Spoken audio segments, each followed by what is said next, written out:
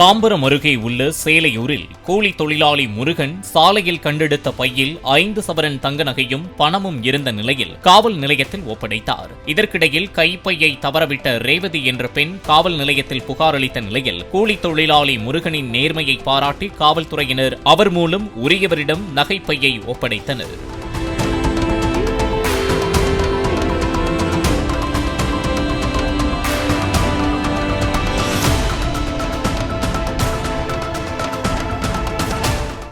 Play store மற்றும் app ஸ்டோரில் இருந்து பாலிமர் செயலியை QR கோடு மூலம் பதிவிறக்கம் செய்யுங்கள்.